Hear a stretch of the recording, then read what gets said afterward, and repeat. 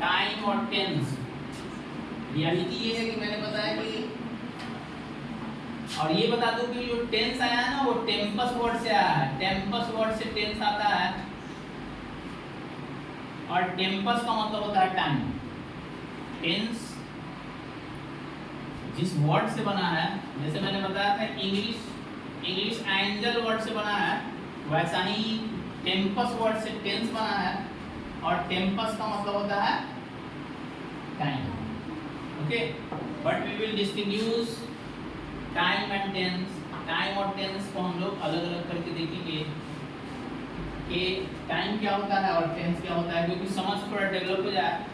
उसके बाद पढ़ेंगे हम लोग टेंस की, पढ़ेंगे हम लोग तीनों टेंस की, और तीनों का 4-4 पार्ट, यानी 4 3 12 4 12 कैटेगराइजेशन के साथ हम लोग पढ़ेंगे। Okay,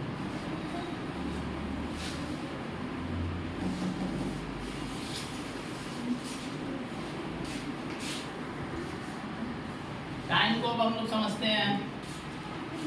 as Albert Einstein says, what the clock reads that is time. लेकिन टाइम को अगर डिफाइन करना बड़ा टिपिकल है, साइंस ने अलग ढंग से डिफाइन किया है। ऐसे हम लोग समझे तो सिंपल हम कर सकते हैं, passing of duration of day and night, यानी कि समय दिन और रात का बदलना, यही समय है। ठीक है,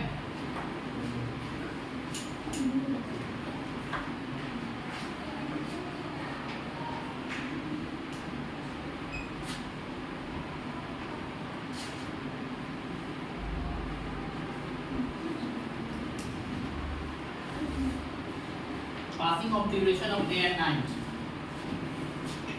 टेंस को जैसे हम लोगों ने डिफाइन कर ही रखा था, हम यहाँ लिख सकते हैं एक्शन ऑफ वर्ब।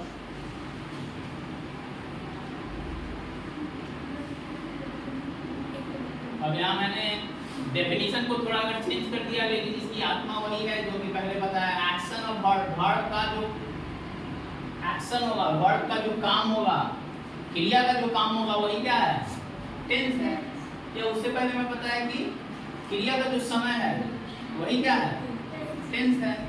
तो समय क्रिया का एक्शन जो आ ही रहा है, तो एक्शन पे डिपेंड करेगा कि कौन सा टेंस है। ये हम समझ गए, दिन रात का गुजरना ही समय है। समय अगर हम देखें तो प्रेजेंट होता है, प्रेजेंट टाइम।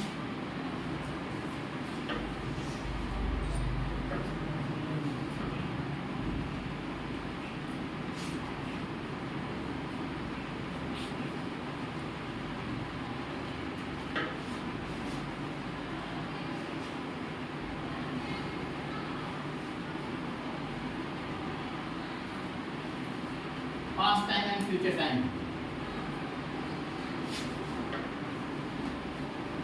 टेंस अगर वर्ब को लेके चलें तो टेंस को हम लोग दो ही नाम से जान सकते हैं, एक प्रेजेंट टेंस है, दूसरा पास्ट टेंस है। There is no future because there is no verb. Which verb? That is what? Main verb और helping verb? Main verb. When there is no main verb, then how we can recognize a tense as a tense? यानी एक tense को tense कैसे कर सकते हैं जब उसका main verb हो ही नहीं।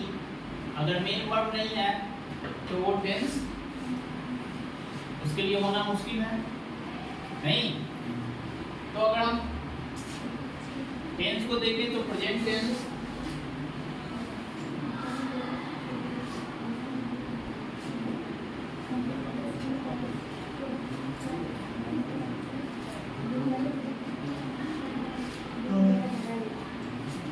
क्योंकि अब बातें करते हैं हम वर्ड फॉर्म का, V1 V2 V3 V4, आगे राइटर ने बहुत सारे लिख दिया है, V5 भी लिख सकते हैं, 6 भी लिख सकते हैं, वो भी मैं बता दूंगा कैसे कैसे। ठीक है, ये कोई रिकॉग्नाइज आइडेंटिटी नहीं है V1 V2 V3 V4। इसे हम या तो प्रेजेंट करते हैं, प्रेजेंट पार्टिसिपल करते हैं, पास्ट करते हैं, पास्ट पार्टिसिपल करते हैं, इन्फिनेटिव करते हैं, ये सब नामों से वो जाना जाता है V1 V2 V3 V4, थोड़ी है जो आगे चलता है। ठीक, तो यहाँ क्या है, ये मैंने ऐसे क्यों कर दिया, क्योंकि देखेंगे कि मेन जो वर्ब होता है V1 V2 V3 B4 B5 जो आप कहें उसमें क्या होता है कि प्रेजेंट टेंस का वर्ब आता है, फ्यूचर टेंस का वर्ब आता है नहीं आता है। फ्यूचर टेंस के लिए स्पेशल कोई मेन वर्ब है? मेन वर्ब यानी मुख्य वर्ब, जैसे आई ईट, आई एम ईटिंग, तो आई ईट से तो सेंटेंस बन जा रहा है। एम हमको स्पेशल केस में यूज करना पड़ रहा है, तो आई ईट, लेकिन आई एम कोई सेंटेंस बना देगा? नहीं बना पाएगा। इसलिए मेन वर्ब कौन होगा? जिसके बिना काम ही नहीं चले, उसके बारे में हम लोग पढ़ेंगे। तो जिसके बिना काम ही नहीं चले, तो ईट, रीड, प्ले, ये जो मेन वर्ब है इसके बिना काम नहीं चल सकता। इज, एम, आर, वाज, वर, ये सब किसी किसी टेंस में नहीं भी रहता। ये ध्यान में रखेंगे, इस कारण हम टेंस को दो पार्ट में कैटेगराइज करेंगे। लेकिन फ्यूचर भी देखेंगे, फ्यूचर को टेंस बनाया गया क्योंकि तो उसमें हेल्पिंग वर्ब जोड़ दिया गया और हेल्पिंग वर्ब जोड़ के उसे फ्यूचर टेंस बनाया गया। इसकी भी स्टडी करेंगे, लेकिन ये समझने के लिए because there is no verb for a future tense, no main verb for a future tense, then so how we can say that it is a tense, यानी फ्यूचर टेंस का मेन वर्ब नहीं होता है, तो उसे tense कहना थोड़ा suspicious है। बहुत सारे बुक में आप देखिएगा उसे टेंस नहीं कहा गया, ठीक है। लेकिन हमें मेन ये हेल्पिंग वर्ब के साथ, मेन वर्ब के साथ फ्यूचर को पढ़ना, ओके।